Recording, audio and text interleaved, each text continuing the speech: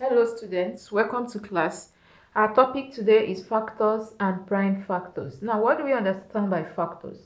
Factors are numbers that can divide a whole number without remainder. Yes, numbers that can divide a whole number without remainder, meaning that whole number such as 2, such as 3, such as 4. What are the numbers that can divide 4? 1 can divide 4. 2 can divide 4. 4 can also divide 4. That is to tell us that 1, 2, and 4 are now the factors of 4, meaning that the numbers we can actually bring out or that can divide a particular whole numbers are the factors of that whole number. Now let's take the meaning down. Yes, like I said, factors are numbers that can divide a whole number without remainder. It must not have remainder. Please take note. Just like we pick an example of 4. If 4 is divided by 2, it will give us 2 without a remainder. So therefore, 2 is a factor of 4. Now let's go to the prime factors. What do we understand by prime factors?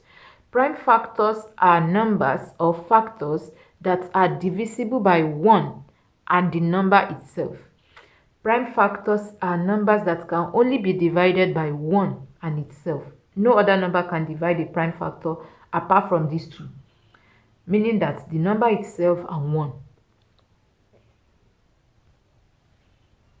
Prime factors are factors or numbers that are divisible by 1 and itself.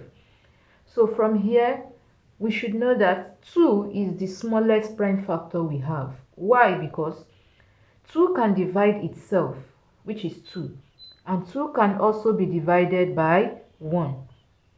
2 can be divided by 2. 2 can be divided by 1. Aside this, there is no other number that can divide 2 without remainder. So that has made 2 a prime factor and has also made 2 the smallest prime factors we have. So I shall give us an example of more prime factors we have in our numbers.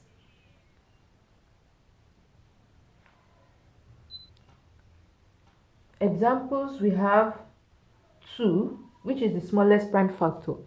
We have 3, we have 5, we have 7. Let's take note of something here. 2 is the smallest prime factor and it is the only even number we have among our prime factors. Please take note. 2 is the only even number we have among our prime factors, followed by 3, 5, and 7. 3 is a prime factor because aside 3 and 1, there is no other number that could divide 3 without remainder. 5, 7, they are all in the same category. 5 will divide itself and 5 can also be divided by 1. 7 and some other prime factors goes. So from here, let's look at an example of a whole number that we can generate our factors from and we can also pick out our prime factor from. The first question. Find the factors and prime factors of 24. The easiest method to get this is just bring out the multiples of 24, meaning the set of numbers that could multiply up to give 24. Starting with 1. 1 we multiply 24 to give us 24. 2 is the next. 2 we multiply 12 to give us 24. Can 3 be a multiple of 24? Yes. 3 is going to multiply 8 to give us 24. Can 4 be a multiple of 24? Yes. 4 is going to multiply 6 to give us 24. What next? 5 is supposed to be the next number, but can 5 be a multiple of 24? No. So therefore, we do not need 5 here. The next number is 6.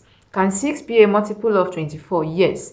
6 times 4 will give us 24. But that is going to be a repetition of what we already have here. So at the point of having repetition, you are going to stop. You are going to stop generating your multiples. So from here, we are going to pick our factors from the left hand side by drawing an arrow down, meaning that we pick it from the left hand side, top of the left hand side down, then towards the right hand side from down up. That is the reason for this arrow there. So from here, we are going to write out our factors, the factors of 24. Factors of 24.